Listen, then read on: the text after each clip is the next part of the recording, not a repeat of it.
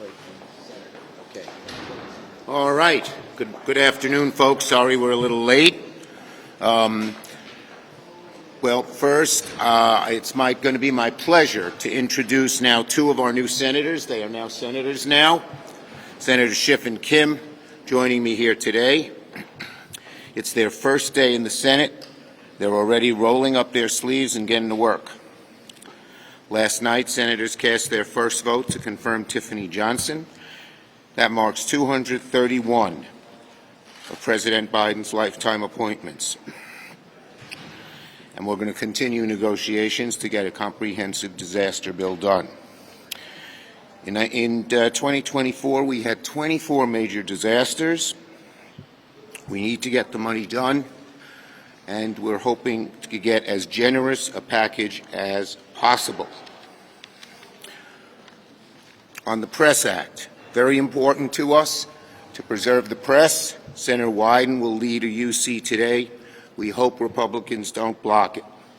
And on Senator Rubio, I met with President-elect Trump's nominee for Secretary of State.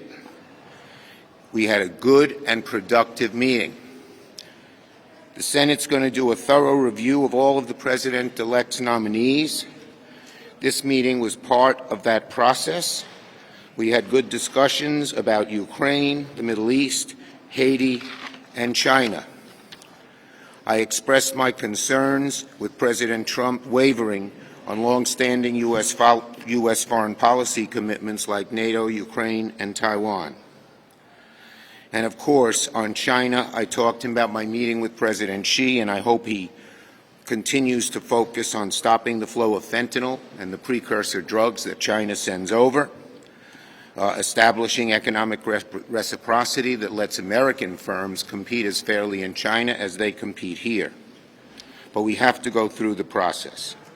So, I look forward to seeing Senator Rubio's hearing in the new year. I've worked closely with him in the past. We've had a good relationship. I think he's qualified for the role, and I certainly don't start out with any negative disposition. If Rubio's confirmed as next Secretary of State, I hope we can work together to further the legacy of American diplomacy and investment around the world. Senator Schiff. He has the bigger state, so he goes first. Mr. Leader, thank you very much. I just want to express how proud I am to have this opportunity to represent the great state of California. But also, I want to acknowledge the late, great Senator Dianne Feinstein, who was a giant for the state of California. She leaves behind an incredible legacy. I would like to try to emulate in some small way how she took the time to get to know people throughout the state of California, the stakeholders, her willingness to grapple with some of the most difficult issues facing the state of California, the courage she always showed as a legislator, her willingness to reach out to members across the aisle and work together to get things done for the state and country. I've been very encouraged in the conversations I've had with other senators, Democratic and Republican senators, how much of a willingness there is to reach across the aisle and get things done. In the state of California, we have an immense challenge with housing. We simply don't have enough of it, and it is not only driving prices up and rents up and putting home ownership beyond the capacity of a lot of new families and not so new families, but it is also resulting in an epidemic of homelessness. And addressing those two challenges will be a very high priority for me, as well as the scarcity of available, affordable child care and the cost of living generally. So I look forward to working with my colleagues on both sides of the aisle to address these challenges. Look forward to working with Leader Schumer to confirm these judicial nominees and make sure that we reduce caseloads for judges on the bench, and that we keep the government open, that we avoid any kind of shutdown or default, and we get our work done. And once again, very grateful for this opportunity. Thank you, Leader. Senator Kim. It's good to call you Senator Kim, not Senator-elect Kim. I like the shorter title. Thank you, Leader Schumer. I just wanted to say quickly, the last 24 hours have been some of the most extraordinary and powerful of my life. To be able to be in the Senate chamber, to be able to look and see my 7-year-old and my 9-year-old, my 2 little boys, who you will get to see running around here on this side of the Capitol more and more. I would say it was one of the first moments I've ever got the experience of my kids feeling that genuine pride in what their father does. And I try to raise that because I am here because of them. The work that I do here, it's because of them. I worry about what kind of America my 2 little boys are growing up in, and I want to use this job, use my opportunity here to try to shape that as best as I can, give them the kind of stability, the kind of future that they deserve, the same kind of future that my parents 50 years ago came to America to try to provide for me and my sister. I had a very emotional conversation with my mother yesterday. So proud that, her son, on the 50th anniversary of our family coming to America, I now get sworn in as the first Korean American ever in the United States Senate. And I look forward one day no longer being unique and have greater representation and a Congress and a Senate that looks like the rest of America. That being said, I just want to say, we're very eager to get to work. Was able to sit down with my team, and we are hitting the ground running, trying to deliver for 9 million people all across New Jersey and participating in these great debates about what comes next for our country. So right now, we're just eager.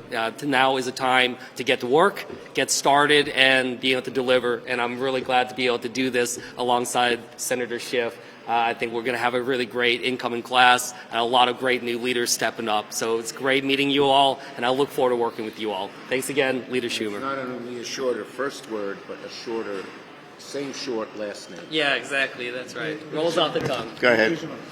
Over the weekend, Donald Trump said in an interview that members of the January 6th Select Committee, like Senator Schiff, should go to jail.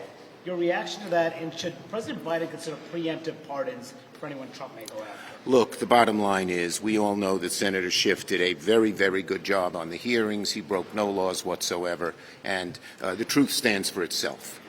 Yes. The NDAA came out of the Rules Committee with a number of pro-life provisions, conscious protection provisions.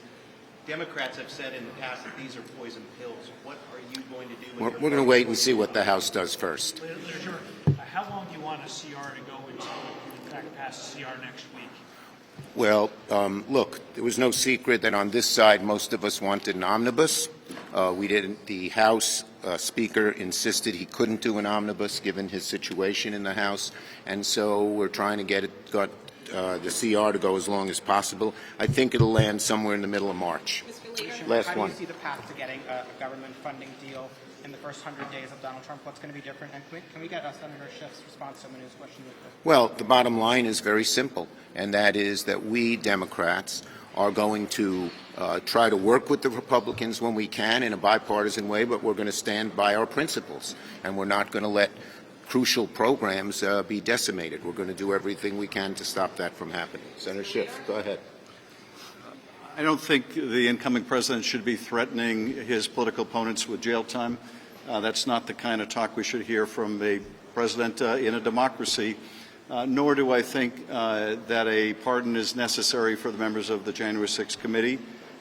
We're proud of the work we did on that committee. It was a fundamental oversight obligation to investigate the first attempt to interfere with a peaceful transfer of power in our history. Many of you were here in this building during that violent attack. And we're proud of the work we did to expose what went into that once-in-history effort to interfere with the transition of power. You did a great job, and that'll stand for itself. Thank you, everybody.